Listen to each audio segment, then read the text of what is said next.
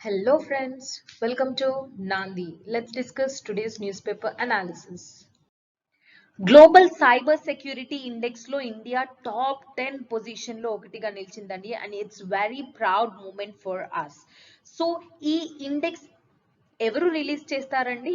International Telecommunications Union. This is the first point you have to remember in this. Second point to be remembered, ఇంతకు ముందు ranking తో పోలిస్తే ఇప్పుడు India ఎన్ని places ముందంచుకు వెళ్ళింది? Almost 37 places ముందంచుకు వెళ్ళింది. This is the second point. And third point to be remembered, how many parameters, A parameters ని బట్టి ఈ ఇండెక్స్ రిలీజ్ చేస్తారు అంటే 5 parameters. So this is the third point you have to remember.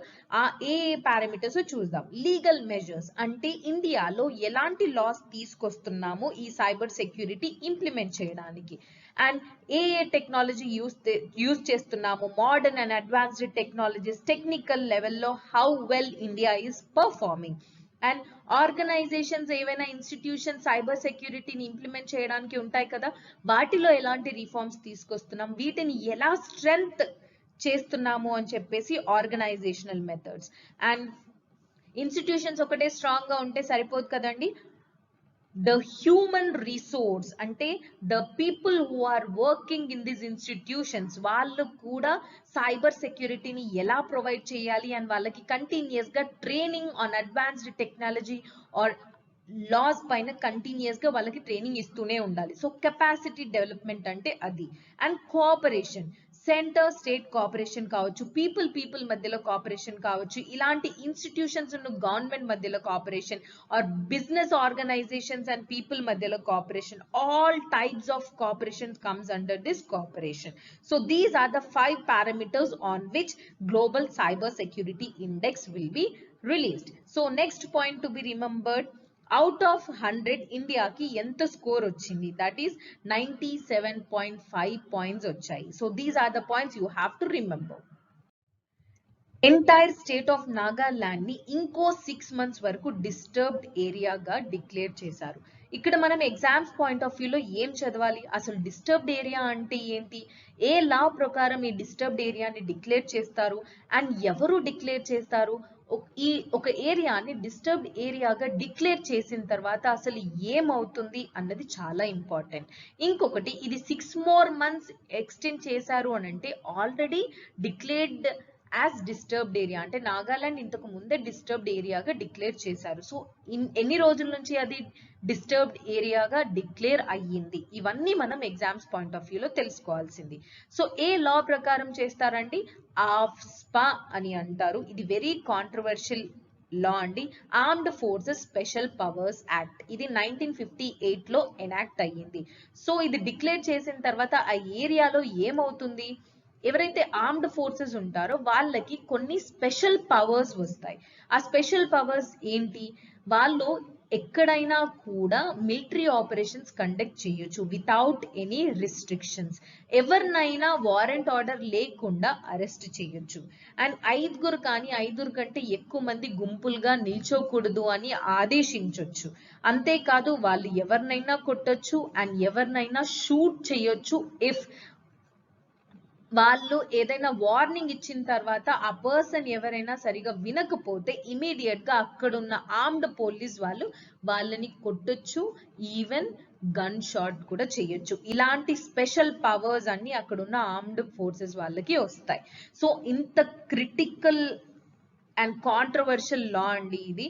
So ఇప్పుడు disturbed area ఎందుకు ఈ నాగాలాండ్ లో extend చేశారు అని అంటే, నాగాలాండ్ ఏరియాలో చంపుకోవడాలు అండ్ దొంగతనాలు, దోపిడీలు, ఎక్స్టార్షన్ అంటే దోపిడీ అండి, ఇవన్నీ చాలా ఎక్కువ అవుతున్నాయి. సో ఇవన్నీ కంట్రోల్ చేయడానికి ఖచ్చితంగా ఈ లాని యూజ్ చేయాల్సిందే అని యూనియన్ గవర్నమెంట్ అంటుంది. సో ఇప్పుడు ఆఫ్స్పా ఎన్ని ఇయర్స్ నుంచి నాగాలాండ్ లో ఉంది? ఇప్పుడు 6 more months ఎక్స్టెండ్ చేశారు. జూన్ నుంచి ఇప్పుడు డిసెంబర్ వరకు ఎక్స్టెండ్ చేశారు. సో ఎన్ని ఇయర్స్ నుంచి ఇది ఎక్స్టెండ్ లో ఉంది అంటే ఆల్మోస్ట్ చాలా ఇయర్స్ నుంచి Nagaland was under disturbed area. So అసలు డిస్టర్బ్డ్ ఏరియా అంటే ఏంటి? ఆ ఉన్న ప్రదేశంలో ఏవైనా గొడవలు ఆర్ డిఫరెన్సెస్ స్టార్ట్ అయినాయి, దేని గురించి? అవి రిలీజియన్ బేస్డ్ కావచ్చు, రేషియల్ బేస్డ్ కావచ్చు, లాంగ్వేజ్, ఒక లాంగ్వేజ్ ఇంకో లాంగ్వేజ్ వాళ్ళు పోట్లాడుకోవడం కావచ్చు, లేకపోతే ఒక రీజియన్ వాళ్ళు ఇంకో రీజియన్, క్యాస్ట్ మధ్యలో గొడవలు, కమ్యూనిటీస్ మధ్యలో గొడవలు, ఇలాంటి ఏ గొడవలు అయినా కూడా ఆ ఏరియాని డిస్టర్బ్డ్ ఏరియాగా గవర్నమెంట్ డిక్లేర్ చేయొచ్చు. సో ఇప్పుడు ఎవరు డిక్లేర్ చేస్తారు? సెంట్రల్ గవర్నమెంట్ డిక్లేర్ చేయొచ్చు, ఎవరైతే ఆ స్టేట్ కి గవర్నర్ ఉంటారో తను డిక్లేర్ చేయొచ్చు, లేకపోతే administrator of union territory declare చేయొచ్చు. all these people can declare the disturbed area. So ఇది చాలా ఇంపార్టెంట్ అండి, ఇవన్నీ ప్రిలిమ్స్ పాయింట్ ఆఫ్ వ్యూలో వెరీ ఇంపార్టెంట్. సో మరి డిస్టర్బ్డ్ ఏరియాగా ఎందుకు డిక్లేర్ చేశారు? అక్కడ ఉన్న స్టేట్ వాళ్ళు గవర్నమెంట్ కి మధ్యలో ఏం నెగోషియేషన్స్ అవ్వలేదా అంటే అయ్యాయండి. కంటిన్యూస్ గా నాగా ఇన్సర్జెంట్ గ్రూప్ వాళ్ళు అంటే NSCN-IM ఈ గ్రూప్ వాళ్ళు రీసెంట్ గా అంటే 2015 లో సెంట్రల్ గవర్నమెంట్ మధ్యలో పీస్ అగ్రిమెంట్ చేయడానికి ట్రై చేశారు, బట్ అవి ఫెయిల్ అయిపోయాయి. ఎందుకంటే వీళ్ళు స్పెషల్ గా ఒక separate flag and separate constitution కావాలి నాగాలాండ్ కి అని అడుగుతున్నారు. సో సెంట్రల్ గవర్నమెంట్ దీన్ని యాక్సెప్ట్ చేయలేదు, అందుకని ఆ గొడవలు ఇంకా కంటిన్యూ అవుతూనే ఉన్నాయి. డిస్టర్బ్డ్ ఏరియాగా కంప్లీట్ స్టేట్ ని కూడా డిక్లేర్ చేయొచ్చు, అలా కాకుండా స్టేట్ లో ఒక చిన్న పార్ట్ ని కూడా డిక్లేర్ చేయొచ్చు. సో నెక్స్ట్ న్యూస్ వచ్చేసి డీలిమిటేషన్ కమిషన్ గురించి మనం తెలుసుకోవాలి. సో జమ్మూ అండ్ కాశ్మీర్ లో డీలిమిటేషన్ కమిషన్ పర్యటన అని వచ్చింది. So what is it delimitation commission? అది ఏం చేస్తుంది, ఎవరు అపాయింట్ చేస్తారో మనం ఇప్పుడు తెలుసుకుందాం. Delimitation commission was appointed by whom అండి?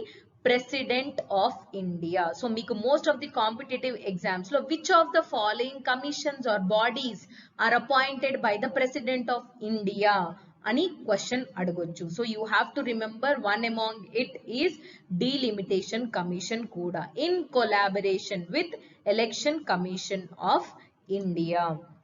సో ఇందులో ఎవరెవరు ఉంటారు అన్నది కూడా important. Retired Supreme Court judge, chief election commissioner కూడా ఉంటారు and respective state election commissioners కూడా ఉంటారు.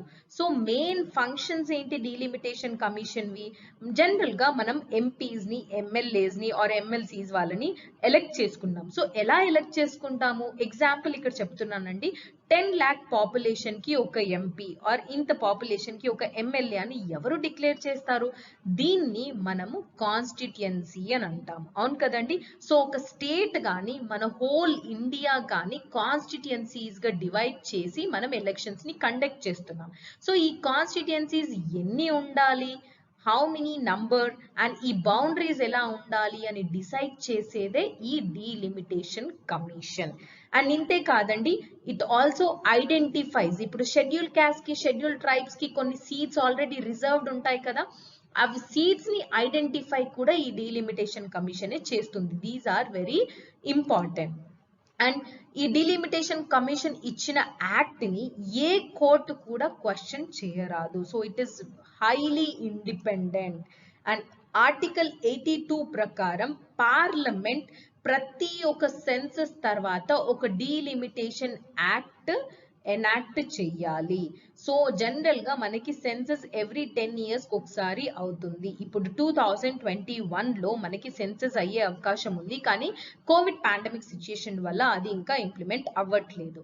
అండ్ ఆర్టికల్ 170 ప్రకారం ఎవ్రీ స్టేట్ ని కాన్స్టిట్యుయెన్సీస్ గా డివైడ్ చేయాలి. ఎప్పుడు ఈ సెన్సస్ ఎప్పుడైతే ఈ అనౌన్స్ చేస్తారో దాని తర్వాత డీలిమిటేషన్ యాక్ట్ పెడుతుంది కదా పార్లమెంట్, ఈ యాక్ట్ ప్రకారం స్టేట్ లో కాన్స్టిట్యుయెన్సీస్ ని డివైడ్ చేయాలి.